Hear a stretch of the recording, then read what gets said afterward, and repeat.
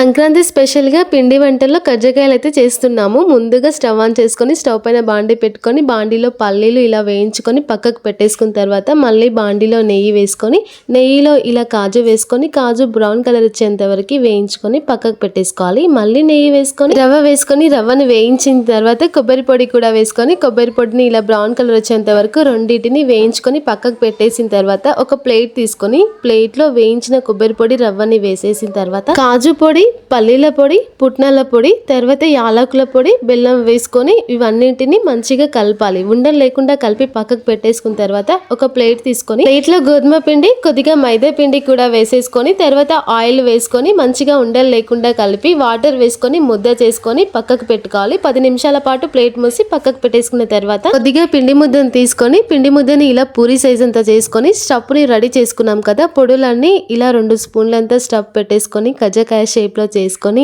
ఆయిల్లో వేసుకుంటే చాలా టేస్టీగా కజ్జికాయ అయితే రెడీ అయిపోతుంది. చాలా టేస్టీగా ఇంట్లో పిల్లలతో పాటు పెద్దోళ్ళం కూడా తింటూ ఎంజాయ్ చేస్తాము. మీరు కూడా ట్రై చేయండి.